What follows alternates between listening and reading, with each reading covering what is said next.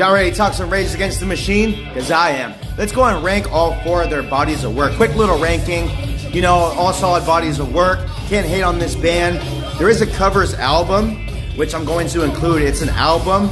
I know it's not original bodies of work, but it is an album with Rage Against the Machine, so I'm going to include it. So let's go and do this. 4 albums ranked from Rage Against the Machine. Let's go. So number 4 is going to be Renegades, the most recent release.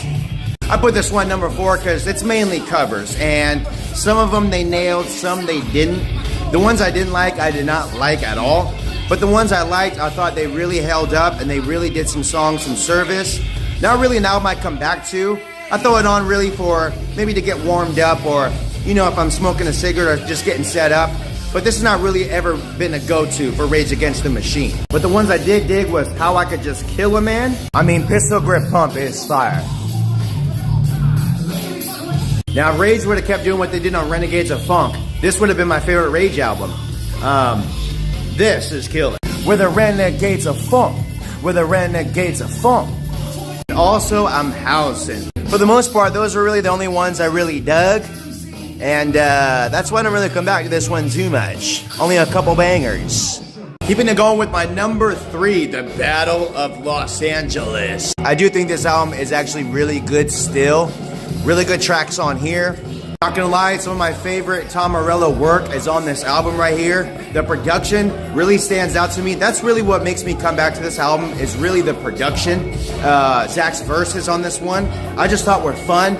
Nothing too political, like crazy, like on the first 2 albums. But this one right here, I still think is in your face and a kick in the nuts. Always been a fan of Mike Check, his beat, the verses. With a block shaka. In the first track, it's Testify, starting strong. George W. Bush. Second track, Guerrilla Radio. Great energy in this one. Lights out. Turn on the radio. Bam, bam, bam. Turn that shit up. Also, I love the crispier nature on this album right here. This album sounded a lot more crisp than Evil Empire. Evil Empire, I found a lot of the songs to sound classic sounding, kind of deteriorating the production quality for me. But on Battle of Los Angeles, I like this production right here. Sounds good off the speakers. A lot of these tracks got that bass. Good bass. And they do not slow down there. Track number 3, Calm Like a Bomb. Calm. Yeah, right. I feel the funk flex. I feel the funk flex. I mean, come on. These first 3 solid already. I was born fearless. And then you get to New Millennium Hose. Or Homes it is. Now I gotta say, after the 4th track on Battle of Los Angeles, the next 4, not the biggest fan of, but there's still at least like 5-6 songs in here that I dig. Most of the album. But don't stay hungry for long. I'm telling you, Battle of Los Angeles shouldn't get this kind of hate. This shit is banging right here. Bam, bam, bam, bam. That right there is exactly what Rage should be doing. Keep doing. I'm clutching the CDs. Also, Ashes in the Fall. This is a really underrated one right here. Really good. Don't hear much about this one when I should be.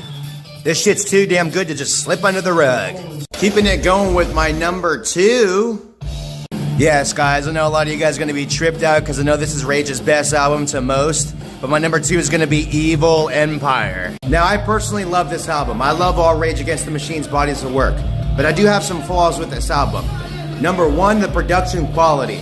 I just think that it sounded more a little bit on the grungier side, nothing too crisp. Not that it's grungy like Pearl Jam, Stone Temple Pilots, but just the instrumentation, how it sounded, not as crisp as Rage Against the Machine's first or the Battle of Los Angeles. I mean, the bass isn't really slapping too hard. Of course, you get those energy-driving riffs and those fast-paced verses, but I'm a big fan of production quality. It bugs me if something sounds a little flat or if it's not too emphasized. A lot of the songs on this album I felt should have been a little bit more emphasized in the face. The first album, the bass on it, from Take the Power Back, from Killing in the Name Of, to Know Your Enemy. Those tracks right there all had it. This one, a lot of the songs felt flat. I loved a lot of the songs, but just thought the production should have been emphasized. Another problem I have is the damn artwork. I know it's legendary, but when I listen to this driving music, it kind of bothers me when I look back at the TV or the artwork, and I kind of just see like some kid. Now don't get me wrong, Brightburn, that's an evil superhero movie. I know evil superhero kids could do damage, but this right here, I don't think portrays the album I'm hearing. I mean, this kid don't look like he's ready to fuck shit up. Could be hating, could possibly be me, but honestly, those are my flaws with the album: production quality and the artwork. I think the album and the lyrics, the verses, everything's there. It's a great album, honestly. But just those are my flaws. And if it had a better artwork and the production was a little bit more crisp sounding, to sound better on the speakers, this possibly might be my number one. I don't know, it's hard to beat my number one. But with Evil Empire, you get a lot of good tracks like Snake Charmer. I mean, come on now. This is a banger, fast-paced, great track right here. People of the Sun. This track sounds really good right here. I think produced really well. No wonder why it has a music video and was a single, because this one right here stands out from most of the other tracks on the album for sure. I like to hear that. And of course you get the classic Bulls on Parade. Now most of the singles on this album I dug, but the rest of the tracks I didn't think held up to the singles. That's another problem I had. The singles really held up, but the other songs really sounded like fillers to me. Oh, and you can't leave out Down Rodeo. Now this one right here, produced really well. Shotgun, these people ain't seen it. They should have kept this the whole album. Now this one right here does kind of have that poor quality sound, but it kind of gives the song its own character, which I do dig on this one.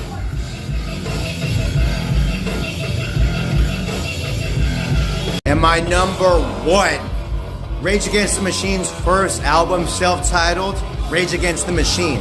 Funny because usually most self-titled albums don't hold up, but Rage Against the Machine, I thought this album really self-titled and self-described, gave a great description of what we are about.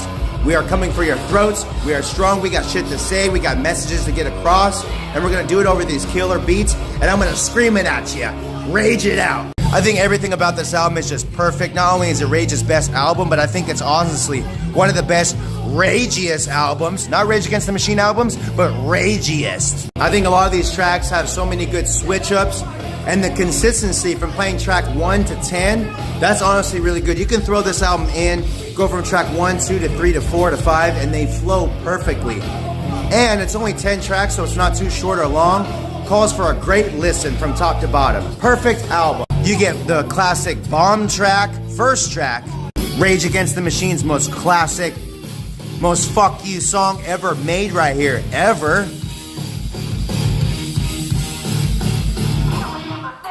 I mean, what other song has this shit? Fuck you, I won't do what you tell me.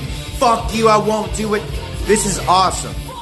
And not only is this one of the best songs on the album, this is one of the best Rage songs ever. Motherfucker! Bam, bam, bam, bam, bam, bam. And the fun does not end there. Shit just keeps on going with Take the Power Back. This shit sounds just as good as Killing in the Name of. This shit's awesome. Bring that shit in. And then we get the track number 4. And just when you think this one's gonna be slow, it fools you. Nope, we're called Rage for a reason, motherfuckers. We like writing on the walls.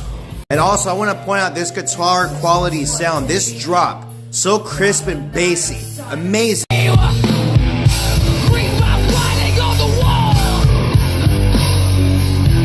I mean, just gorgeous. And then you get to Bullet in the Head. This song's even better. You get Maynard on here from Tool. That is just awesome right there. Zach, Rage, Maynard. These guys worked with everybody. Maynard, Chris Cornell, major legends right here. Your time has come to...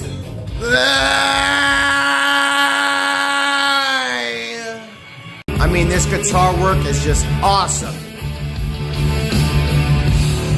Just guaranteed head bobber.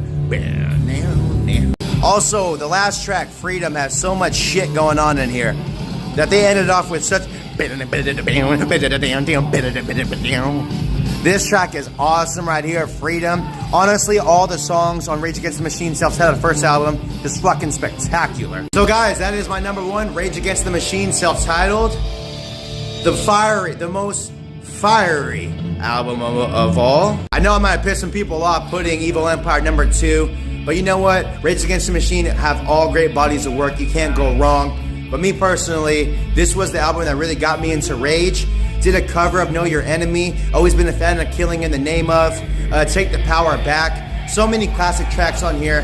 This is what keeps me coming back to Rage Against the Machine. This is what I think of when I think of Rage. Just freedom and yeah! Freedom! No, but yeah!